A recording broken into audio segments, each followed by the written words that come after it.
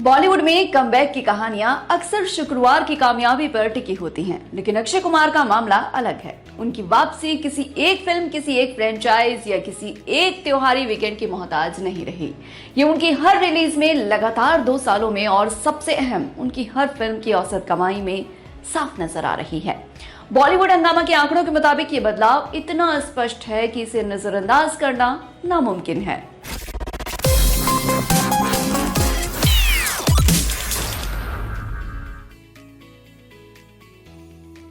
अक्षय कुमार के करियर का 2022 से 2024 तक का समय शायद उनके 3 दशक लंबे करियर का सबसे मुश्किल दौर रहा। इन 3 सालों में उन्होंने 10 फिल्मों में काम किया, जिनमें बच्चन पांडे, रक्षाबंधन, सम्राट पृथ्वीराज, राम सेतु, सेल्फी, मिशन रानीगंज, बड़े मियां छोटे मियां और सरफिरा जैसी फिल्में शामिल थीं। इनमें से ज्यादातर फिल्में बुरी तरह से पिट गईं। बड़े मियां छोटे मियां, जो करीब 350 करोड़ रुपए के भारी भरकम बजट में बनी थी, महज 100 करोड़ रुपए के आसपास ही सिमट गई और इसे उनके करियर की सबसे बड़ी असफलताओं में गिना गया।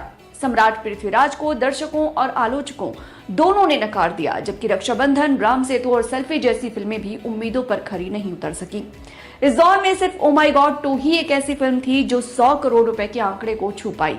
बाकी 7 फिल्में 60 करोड़ रुपए से भी नीचे रहीं। अक्षय खुद कई मौकों पर स्वीकार कर चुके हैं कि उन्हें करियर में लगातार 16 फ्लॉप फिल्मों का सामना करना पड़ा था। बॉलीवुड हंगामा के मुताबिक इन 10 फिल्मों की कुल कमाई करीब 485 करोड़ रुपए रही, यानी प्रति फिल्म औसतन सिर्फ 48 करोड़ रुपए।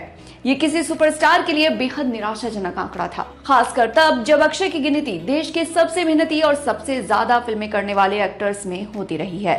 2025 में अक्षय कुमार ने 4 फिल्मों में काम किया और यहीं से उनकी किस्मत बदलनी शुरू हुई।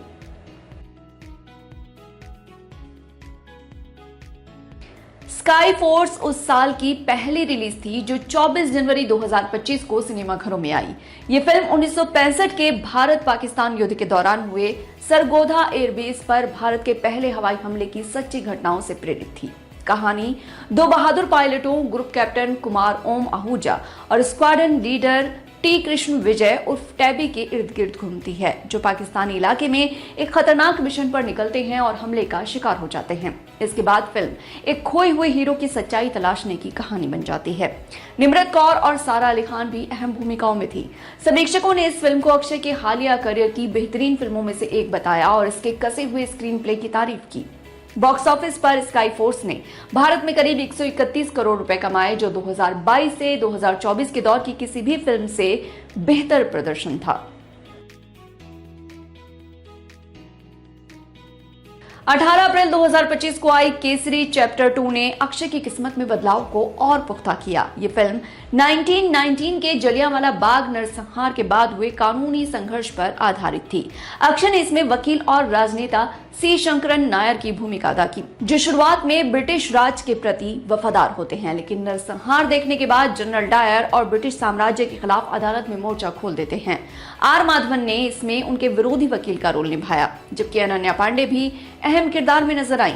क्रिटिक्स ने इसे अक्षय के हालिया करियर का सबसे मैच्योर और असरदार प्रदर्शन बताया, जहां उन्होंने एक कमजोर, टूटे हुए लेकिन मजबूत इरादों वाले इंसान का किरदार निभाया। कोर्ट रूम ड्रामा और इमोशनल गहराई के मेल ने दर्शकों को बहुत प्रभावित किया। फिल्म ने टोटल 142 करोड़ के आसपास का कलेक्शन किया और उम्मीद से बेहतर प्रदर्शन कर गई।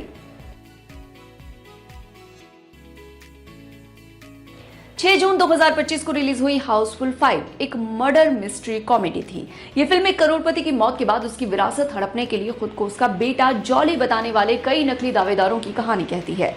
पूरी फिल्म एक आलीशान क्रूज पर घटित होती है, जहां एक हत्या होने के बाद माहौल और उलझ जाता है। अक्षय कुमार, अभिषेक बच्चन और रितेश देशमुख ने 3 जॉली निभाए, जबकि जैकलिन फर्नांडीज, सोनम बाजवा, नरगिस फाकरी, संजय दत्त, जैकी श्रॉफ, नाना पाटेकर और फरदीन खान जैसे सितारों की भरमार भी इसमें थी।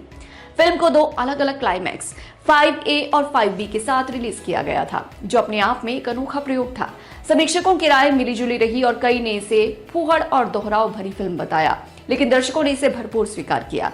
ये फिल्म 2025 की अक्षय की सबसे बड़ी हिट साबित हुई और भारत में इसने करीब 160 करोड़ रुपए कमाए। साल की आखिरी रिलीज थी 19 सितंबर 2025 को आई जॉली LLB 3। ये इस मशहूर कोर्ट रूम कॉमेडी सीरीज की तीसरी कड़ी थी। ये फिल्म भट्टा पारसौल भूमि अधिग्रहण आंदोलन से प्रेरित थी। कहानी एक किसान राजा राम सोलंकी की है, जिसकी जमीन एक बड़े कॉर्पोरेट समूह ने हड़प ली और जिसके बाद उसने आत्महत्या कर ली।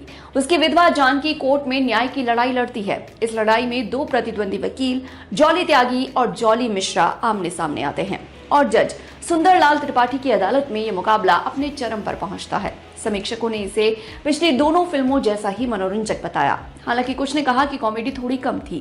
बॉक्स ऑफिस पर इस फिल्म ने भारत में करीब 113 करोड़ रुपए कमाए। इस तरह 2025 में अक्षय की चारों फिल्मों ने मिलकर करीब 546 करोड़ रुपए कमाए, यानी प्रति फिल्म औसतन 136 करोड़ रुपए, जो 2024 के 40 करोड़ के औसत से 3 गुना से भी ज्यादा था। सबसे अहम बात ये रही कि चारों फिल्में 100 करोड़ रुपए के पार कर गईं। सबसे खास बात ये रही कि चारों फिल्में 100 करोड़ रुपए के आंकड़े को पार कर गईं। ये उस दौर से बिल्कुल उलट था जब 2022 से 2024 के बीच 7 फिल्में 60 करोड़ रुपए से भी कम कमा पाईं। 2025 अगर कमबैक की शुरुआत थी तो 2026 ने साबित किया कि ये कोई टेम्परेरी उछाल नहीं था, बल्कि एक परमानेंट बदलाव है। 17 अप्रैल 2026 को रिलीज हुई भूत बंगला निर्देशक प्रियदर्शन के साथ अक्षय की 14 साल बाद हुई वापसी थी। दोनों ने इससे पहले हेरा फेरी और भूल भुलैया जैसी कामयाब फिल्मों में साथ काम किया था। ये एक हॉरर कॉमेडी है जिसकी कहानी मंगलपुर नाम के एक छोटे शहर में सेट है, जहां एक पुरानी कथा के मुताबिक दुल्हनें अपनी शादी के दिन गायब हो जाती हैं। लंदन में रहने वाला अर्जुन आचार्य तब वहां पहुंचता है जब उसे और उसकी बहन मीरा को अपने दादा से एक हवेली विरासत में मिलती है। कर्ज चुकाने और बहन की शादी उसी हवेली में कराने की योजना के बीच अजीबोगरीब और डरावनी घटनाएं गांव और परिवार दोनों में दहशत फैला देती हैं। परेश रावल, राजपाल यादव, असरानी, तब्बू और वामिका गब्बी जैसे कलाकारों की मौजूदगी ने भूल भुलैया की याद दिला दी। फिल्म को दर्शकों से अच्छा रिस्पांस मिला, खासकर इसके फर्स्ट हाफ की कॉमेडी को सराहा गया। भूत बंगला ने भारत में करीब 168 करोड़ रुपए की कमाई की, जो 2026 की अब तक की अक्षय की सबसे बड़ी हिट है।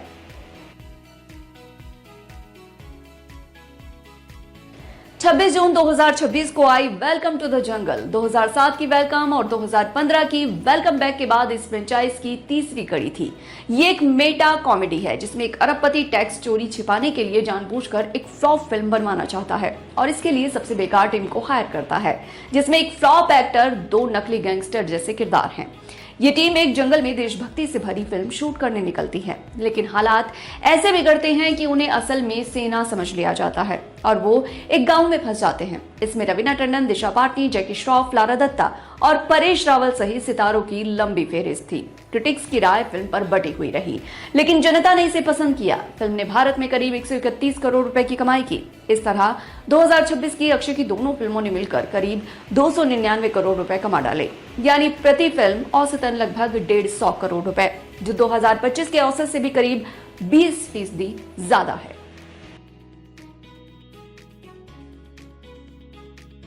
अक्षय कुमार की पिछली 6 रिलीजेस में से सभी ने 100 करोड़ रुपए का आंकड़ा पार किया है। ये किसी एक ब्लॉकबस्टर की वजह से नहीं हुआ, बल्कि लगातार 2 सालों में 6 फिल्मों में दिखने वाला पैटर्न है।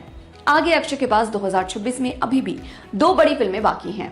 प्रियदर्शन की हैवान, जिसमें सैफ अली खान भी नजर आएंगे, और अनीस बज्मी की अनटाइटल्ड कॉमेडी फिल्म, जिसमें उनके साथ विद्या बालन हैं। अगर ये दोनों फिल्में मिलाकर करीब 300 करोड़ रुपए और जोड़ पाई तो 2026 में अक्षय की कुल कमाई करीब 600 करोड़ रुपए तक पहुंच सकती है, जो 2019 के बाद उनका सबसे शानदार साल होगा और 2022 से 2024 के 3 सालों की टोटल कमाई से भी करीब 24% ज्यादा। कुल मिलाकर अक्षय कुमार की ये वापसी किसी एक फिल्म की किस्मत नहीं है, बल्कि एक सोची समझी रणनीति का नतीजा नजर आती है। देशभक्ति से भरी वॉर ड्रामा फिल्म, ऐतिहासिक कोर्ट रूम ड्रामा, बड़ी मल्टी स्टारर कॉमेडी फिल्में और भरोसेमंद फ्रेंचाइज फिल्मों के बीच सही संतुलन बनाकर ही इसे हासिल किया गया। जहां 2022 से 2024 तक में उनकी फिल्मों की वैरायटी उनके खिलाफ जाती दिख रही थी, वहीं अब वही वैरायटी उनकी सबसे बड़ी ताकत बनकर उभरी है। अक्षय कुमार अब किसी कमबैक का इंतजार नहीं कर रहे, ये कमबैक हो चुका है और 2026 से हिंदी सिनेमा के किसी सुपरस्टार की सबसे दिलचस्प सेकेंड इनिंग में से एक बनाने की राह पर है।